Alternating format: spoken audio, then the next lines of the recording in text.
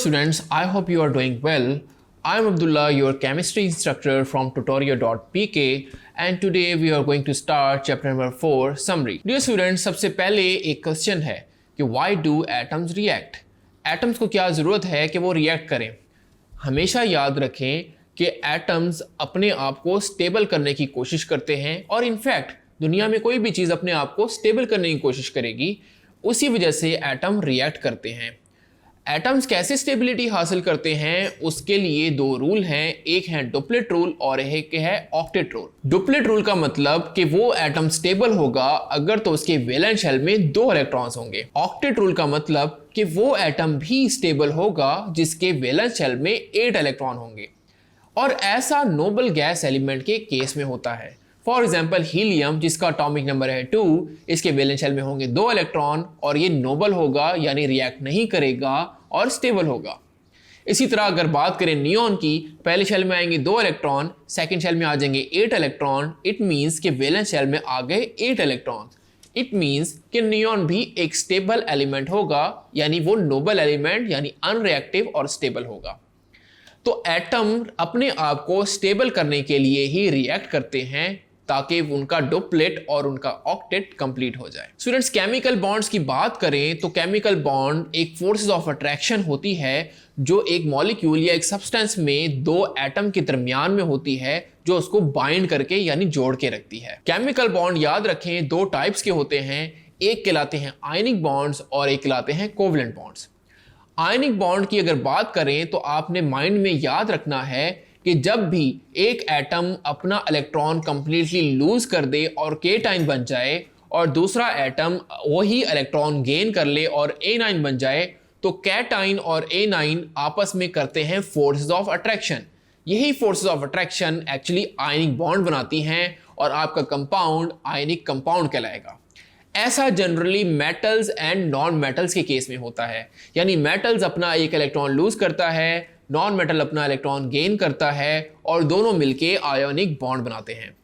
Ionic bond में याद रखना है आपने कि इनके बहुत ज़्यादा high melting and boiling points होते हैं और ये एक स्ट्रक्चर इनका सॉलिड स्ट्रक्चर होता है जिसको हम क्रिस्टलाइन स्ट्रक्चर कहते हैं। आयनिक बॉन्ड की एग्जांपल्स की अगर बात करें तो sodium chloride is an ionic bond या आयनिक कंपाउंड, जैसे Na is a metal while chlorine is a non metal. तो आपको आयनिक बॉन्ड को पहचानना बहुत ईजी है, आपने देखना है मेटल जब भी नॉन मेटल के साथ मिले तो वो आयनिक कंपाउंड होगा। अब बात करते हैं कि कभी 2 नॉन मेटल भी आपस में ज्वाइन हो जाते हैं, ऐसे कंपाउंड आपके कोवेलेंट कंपाउंड कहलाएंगे और कोवेलेंट कंपाउंड में होती है म्यूचुअल शेयरिंग।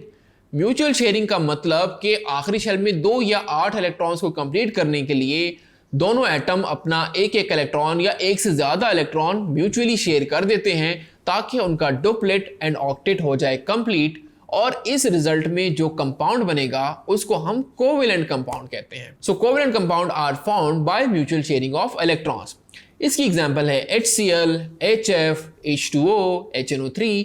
तमाम कंपाउंड में नॉन मेटल्स हैं और नॉन मेटल्स मिलके म्यूचुअल शेयरिंग करते हैं और कोवेलेंट कंपाउंड बनाते हैं। tutoria.pk लाया पाकिस्तान के मैट्रिक और इंटर स्टूडेंट्स के लिए अपनी नौयत का पहला ई-लर्निंग प्लेटफॉर्म, जहां पे आपको मिले 18 से ज्यादा बोर्ड्स के video lectures, past paper solution, book notes, MCQs, quizzes और बहुत कुछ। आज ही हमारी वेबसाइट पर लॉगिन करें और बनाइए अपनी पढ़ाई आसान।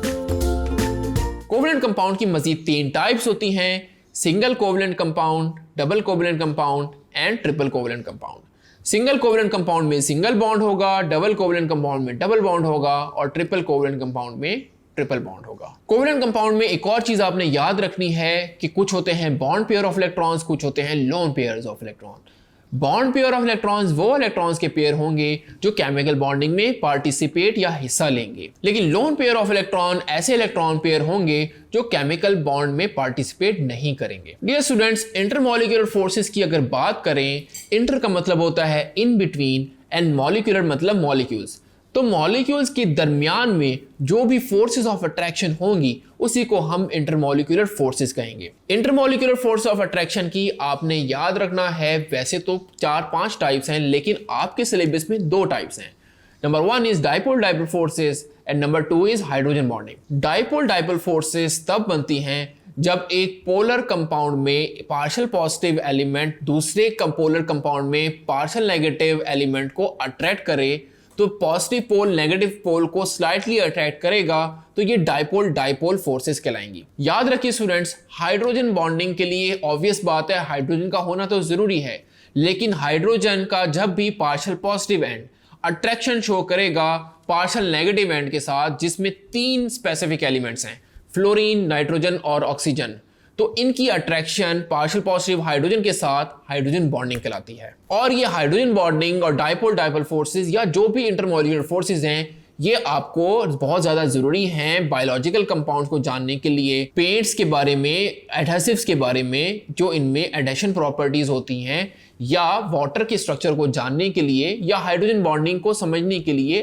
तो इन सब में डाइपोल फोर्सेस और हाइड्रोजन बॉन्डिंग की अहमियत है। Nature of bonding and properties की बात करें तो आपको वंस अगेन याद रखना है कि आयनिक कंपाउंड में होते हैं पॉजिटिव एंड नेगेटिव आयंस। इनके दरमियान होती है इलेक्ट्रोस्टैटिक फोर्स ऑफ अट्रैक्शन, जो कि बहुत ज़्यादा हाईली फोर्स ऑफ अट्रैक्शन है, यानी ज्वाइन होगा पॉजिटिव और नेगेटिव से कंपाउंड और कंपाउंड बनेगा स्टेबल।